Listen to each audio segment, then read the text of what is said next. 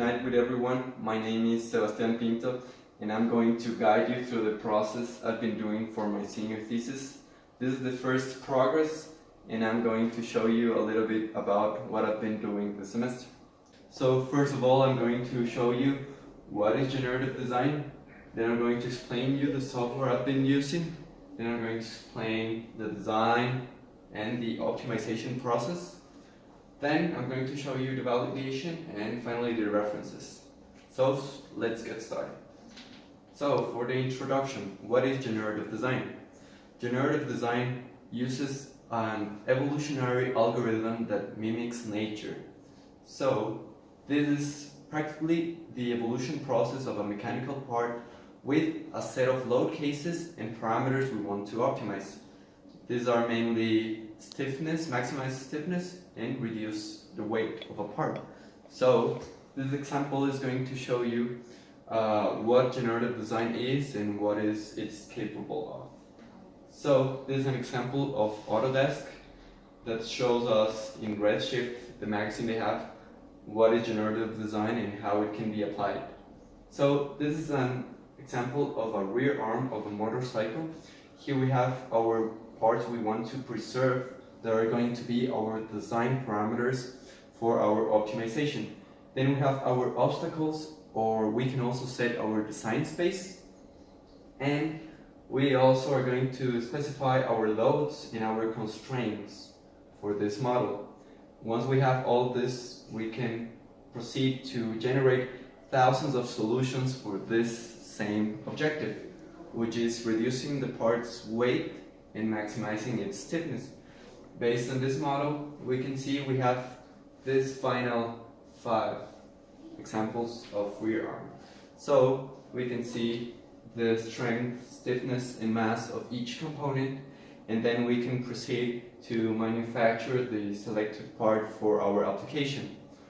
As you can see, this is a really complex shape because this model follows organic shapes based on nature, and we can then proceed to do the additive manufacturing of this part, and then we can post-process this with a CNC mill for having the precision we want for this assembly. So this is a brief summary of what generative design is and how it can be applied to different parts. Now I'm going to explain a little bit about software I'm using. There's a lot of softwares when it comes to generative design. Most of them are restricted and they have the generative algorithm protected because of the copyright. And one of the software that has the most access to the code because it's based on Python, it's SolidThinking Spire, made by the company called Altair. There are actually other options like the Salt system, Katia 3D Experience that use generative design. There's also generative design within Fusion 360 of Autodesk. We have also Topology with Elements, and there's a lot of softwares that are applying this type of generative design technology to their bundles of software. Now I'm going to explain you a little bit about the design of the e-bike frame. So first of all, what's an e-bike?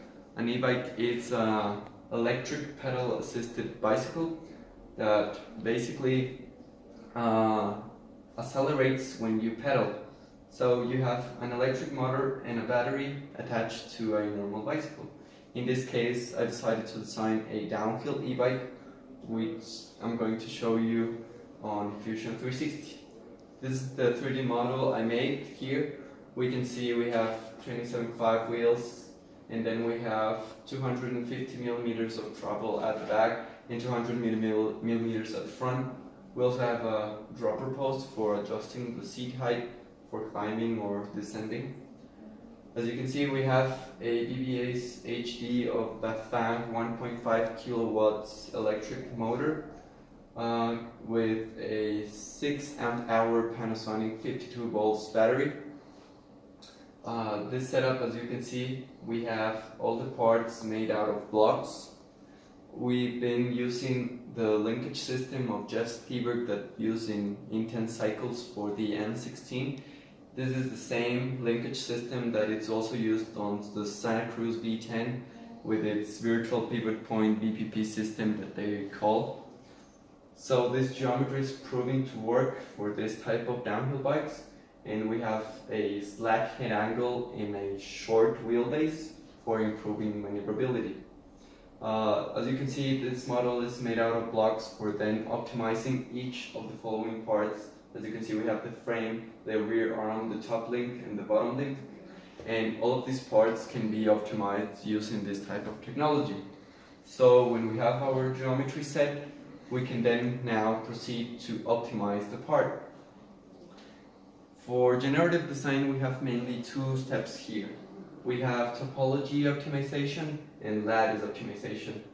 This Topology Optimization is based on bone growth algorithm made by the University of Michigan. That's the same that Altair uses for its algorithm on topology optimization. As you can see, we set up a load case. In here we have our points of forces and different torques we're going to apply to this frame. We also have our constraints of motion, and based on these constraints, the software will show us where we can subtract material. So in this case, we set up a thickness constraint of approximately 70 millimeters to 50 for testing the different results we can get with the topology optimization. This is one of the first results we're getting out of this load case, but we have to implement another forces in different load cases scenarios for different types of turning, braking, and operations of the bike we will be doing. So this is the main report that we get from OptiStruct. OptiStruct is the algorithm based on Python that show us a report of what the software is doing in each iteration. So we can see here our model is based on a 30% mass reduction without reducing its stiffness. So we can set up a thickness constraint and our accuracy or speed depending on the runtime we're going to be having the simulation.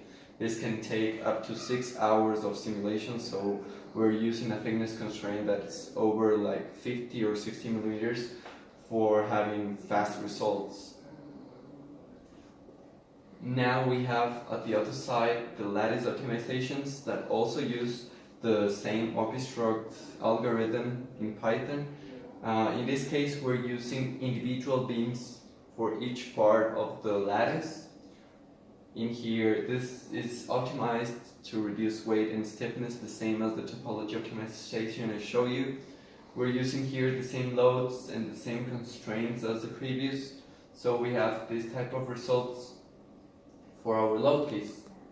Here's our report. We can see also the multiple iterations the software makes for achieving this design. In here, I forgot to mention, we also have the regulation of the beams. We can set up beams of up to 2 or 3 millimeters or up to 150 depending on our application. We can also choose the thickness and the diameter of the cross-section area. The software also knows where it has more strain or stress, so it adds more material and omits the lattice on some parts. Then one of the most interesting things is to mix these two technologies into one. So we have the same topology optimized shape with its lattice structure inside. This is one of the best things you can do with Inspire to improve our design. Finally, we have our validation option that allow us to proceed to a finite element analysis that show us the displacements we have on the model. In here we have up to 1.8 millimeters of displacement because we're using 5G loads for this case. Then we have our safety factor for our design and also our von Mises stress. Finally, we have our tension and compression zones that show us these parts in yellow, in orange and green. This is just the first stage of the optimization process because we also have the rear arm and the other two links that we have to optimize. This is the first approach of the process of generative design, and we can do multiple iterations with different parameters based on our requirements. We can make this optimization process with little thicknesses that will give us run times of around 8 hours of simulation that will be done the next semester for having the most optimal structure of the e-bike.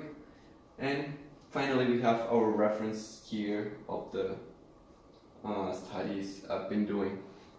So that's basically the first progress of my thesis. If you have any questions, don't hesitate to ask me on the comment section. And that's it. Thank you.